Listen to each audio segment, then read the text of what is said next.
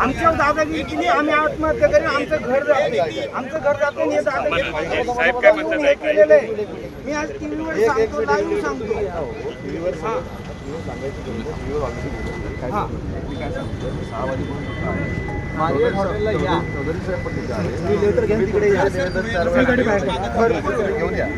धन्यवाद साहेब, मी नक्की 100%.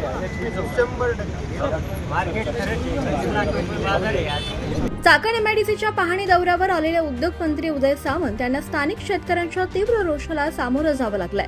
आमच्या जमिनी आणि घरांवर दादागिरी खपवून घेणार नाही, अन्याय झाला तर थेट आत्महत्या करू असा संताप एका बाधित शेतकऱ्यानं उद्योगमंत्र्यांसमोर व्यक्त केलाय. जमिनी आणि घरांबाबत प्रशासनाकडून योग्य तोडगा निघत नसल्याचा आरोपही यावेळी नागरिकांनी केला. त्यामुळे पाहणी दौऱ्यात काही काळ वातावरण चांगलंच तापलं होतं.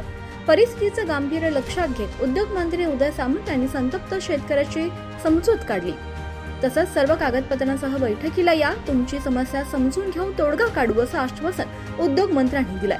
चाकण एमआयडीसीच्या विकासाच्या मुद्द्यावर पाहणी सुरू असताना स्थानिक शेतकऱ्यांनी आपल्या जमिनी आणि घरांचा मुद्दा थेट उद्योगमंत्र्यांसमोर उपस्थित केला.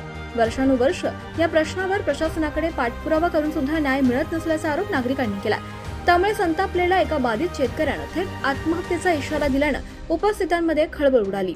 उद्योगमंत्री उदय सामंत यांनी तातडीनं हस्तक्षेप करत शेतकऱ्याला शांत केलं आणि कागदपत्रांसह स्वतंत्र बैठक घेण्याचं आश्वासन दिलंय.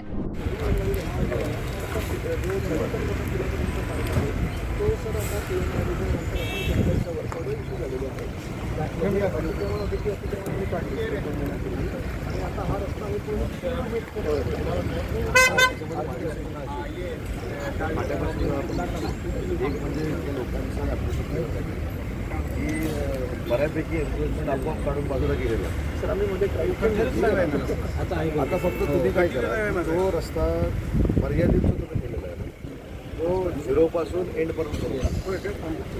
तर आपला दुसरा पर्यायच नाही. प्रत्येक एजन्सीने जबाबदारी घ्यावीच लागेल. मी उद्या एमआयडीसीनं सांगायचं की माझ्याकडे पैसे नाही, सांगायचं की माझ्याकडे पैसे नाही, ते सांगितलं काय आउटपुट मिळणार. आपला आज आउटपुट द्यावाच लागेल.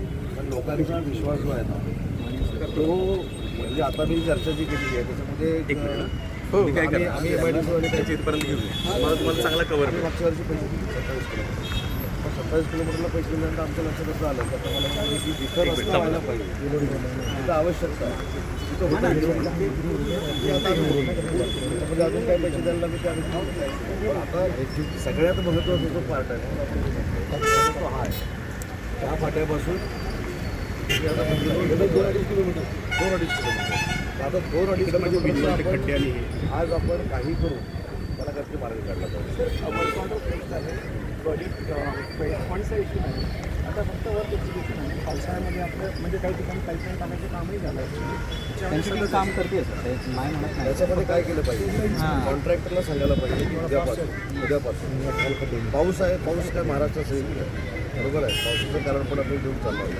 जिथं पहिल्या त्या गाड्या बरोबर आहे, त्या साईड पट्टीवर गाडी लागली की ती साईड पट्टी पण कधी 4-5 ठिकाणी होती. मला असं वाटतं की असं कधी गाड्या झाली पडतात सुद्धा एक प्रॉब्लेम आहे. त्याच्यामुळे पहिलं तुम्ही कॉन्ट्रॅक्टरला काय सांगा की साईड पट्टे जे आहे तिथं आता तुम्हाला आहे त्याचं काम सुरू करा. आणि मी ह्या मताशी का सहमत नाही होतं का पावसाळ्यामध्ये काम होत नाही. उलट माझं असं मत आहे की कॉन्क्रीटचं जर काम असेल आणि अशा वातावरणामध्ये आपण कॉन्क्रीट टाकलं आणि नंतर जर पाऊस पडला त्याचं क्युरिंग चांगलं होतं, त्याला क्युरिंग मिळतो. तर माझं फक्त म्हणणं आहे की हा आता कळीचा मुद्दा बनलेला आहे ना पहिला. आपण आमच्या दादागिरी केली, आम्ही आत्महत्या करेन, आमचं घर जाते, हे दादागिरी केलेलं आहे. मी आज टीव्हीवर सांगतो, लाईव्ह सांगतो.